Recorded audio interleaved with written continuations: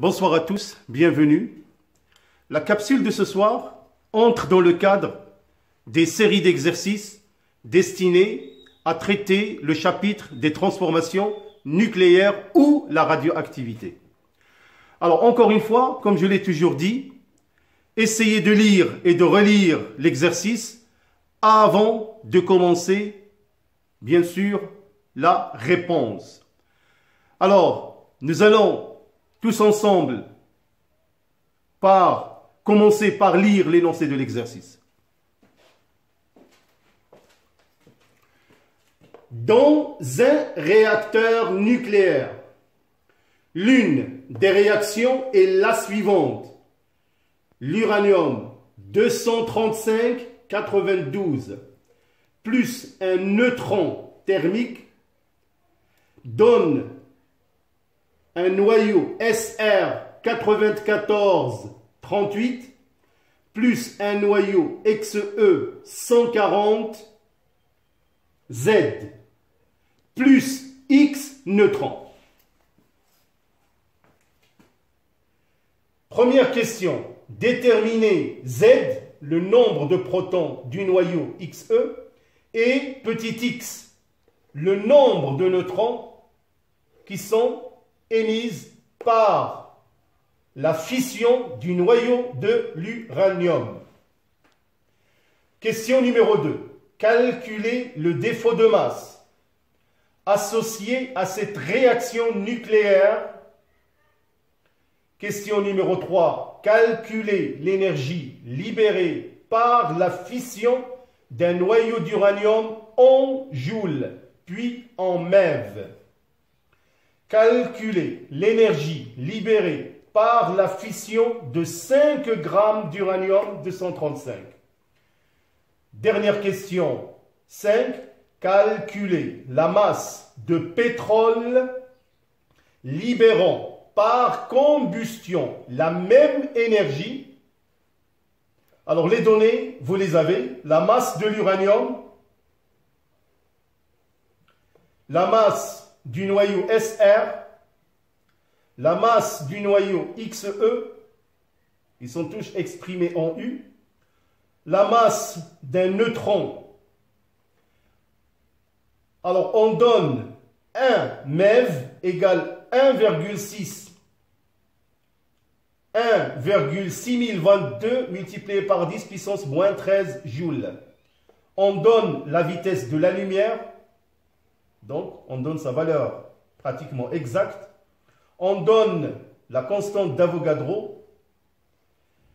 On donne l'unité de masse atomique 1U, voilà sa valeur en kilogrammes. Donc 1,66054 multiplié par 10 puissance moins 27 kg. Alors, une donnée importante pour l'exercice, le pouvoir calorifique du pétrole est de 42 mg par kilogramme. Le mg, c'est le mégajoule. Alors, comme je vous ai dit, faites une deuxième lecture. Alors, j'essaierai de faire un agrandissement .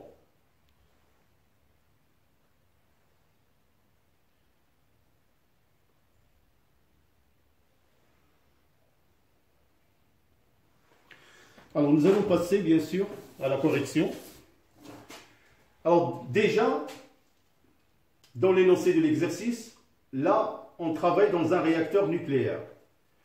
Alors, un réacteur nucléaire, c'est une grande centrale où on procède, bien sûr, à la fission des noyaux d'uranium selon la transformation nucléaire qui a été donnée. Alors, comme vous le savez certainement, pour une fission nucléaire, c'est une fission, ou plutôt c'est une réaction nucléaire qui est provoquée, comparée par rapport aux transformations nucléaires spontanées, qui sont la radioactivité alpha, bêta- et bêta+.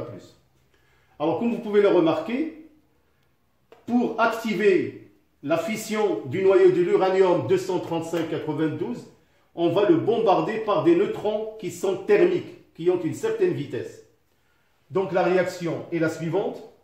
Alors ils vous ont demandé de déterminer Z, le nombre de protons pour le noyau XE, et petit x, le nombre de neutrons résultant de cette fission. C'est très simple, il suffit seulement d'appliquer les lois de Sodé. Comme vous pouvez le voir, on va trouver que x égale à 2, c'est-à-dire il y a l'émission de 2 neutrons après fission de l'uranium, et Z, le nombre de protons pour le noyau XE, est de 54.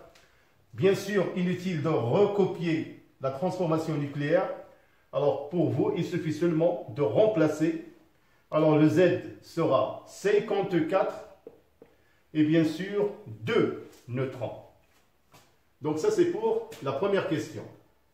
La deuxième question, calculer le défaut de masse associé à cette réaction nucléaire. Alors donc calculer le défaut de masse.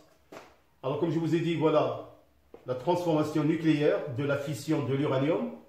Alors comme vous le savez, le défaut de masse delta M est égal la masse de l'uranium plus la masse du neutron, moins, c'est-à-dire la masse des réactifs, moins la totalité des masses des produits, comme vous pouvez le voir. Alors seulement remplacer chaque valeur numérique pour chaque noyau, vous allez trouver delta M égale 0,198,25 U. Je vous en prie, il faut vraiment refaire ces calculs pour voir est-ce que l'application numérique est vraie. Alors maintenant, nous allons passer à la troisième question. Calculer l'énergie libérée par fission d'un noyau d'uranium en joules et en MeV.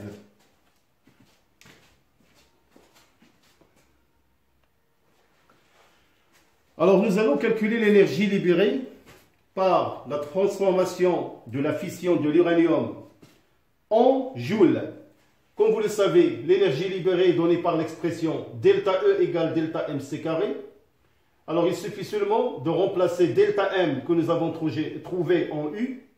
Alors je vais transformer l'unité de masse atomique U en kilogrammes. Il vous en donne déjà la valeur. Puis je vais multiplier par C au carré.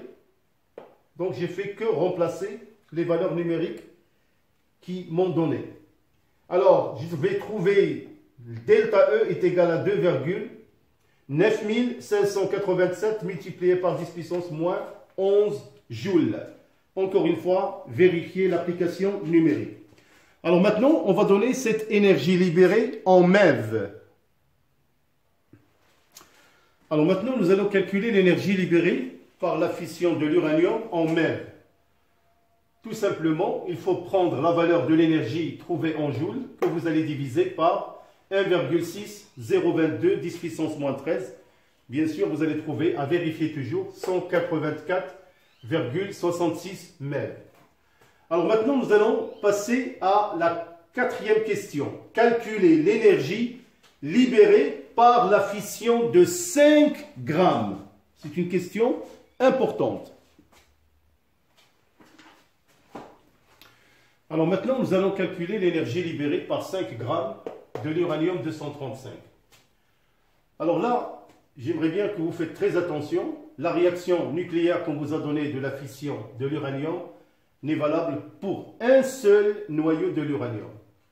Alors maintenant, l'énergie qu'on va déterminer, elle est contenue dans les 5 grammes d'uranium. Alors dans ce cas-là, nous allons déterminer bien sûr la quantité de matière N contenue dans ces 5 grammes. Alors comme vous le savez, dans 5 grammes d'uranium, la quantité de matière N égale N, c'est la masse sur la masse molaire. Alors là, j'ai pris la masse molaire de l'uranium qui avoisine les 235, donc c'est 5 sur 235, pour trouver que N égale à 2,13 multiplié par 10 puissance moins 2 mol. Alors une fois la quantité de matière est déterminée, pour trouver le nombre de noyaux contenus dans N, il suffit seulement d'utiliser cette expression, vraiment à savoir le nombre de noyaux égale petit n, la quantité de matière, multiplié par la constante d'Avogadro. Alors vous allez faire juste le calcul et vous allez trouver que le nombre de noyaux est 1,28 10 puissance 22 atomes. Alors, pour trouver l'énergie totale. Bien sûr, cette énergie, c'est ET égale à N, le nombre de noyaux multiplié par la valeur absolue de delta E, l'énergie libérée par un seul noyau. Vous faites juste une application numérique, comme j'ai fait, et vous allez trouver que l'énergie totale est de l'ordre de 3,79 multiplié par 10 puissance 11 joules. Alors maintenant, je vais passer à la dernière question.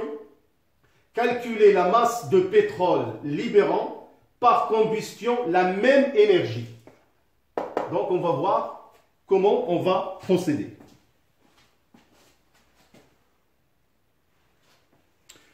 Alors maintenant, nous allons calculer la masse de pétrole libérant par combustion la même énergie. Alors cette masse, il suffit seulement de prendre l'énergie qu'on a trouvée, l'énergie totale, qu'on divise sur 42 mégajoules. Faites très attention ici à la transformation ou la conversion du mégajoule. Donc c'est 42 multiplié par 10 puissance 6. Notez bien que 1 mégajoule égale à 10 puissance 6 joules. Alors, après calcul, on va trouver que M égale à 9,0 multiplié 10 puissance 3. C'est à peu près ou égale à 9 tonnes de pétrole qui vont libérer bien sûr la même quantité d'énergie. Alors, comme vous pouvez le remarquer, l'exercice il est très intéressant. Il y a pas mal de questions qui vont vous aider, qui bien sûr à traiter d'autres exercices de ce genre. Alors il ne me reste seulement qu'à vous remercier. Je vous donne rendez-vous bientôt. Bon courage, bonne soirée et à bientôt.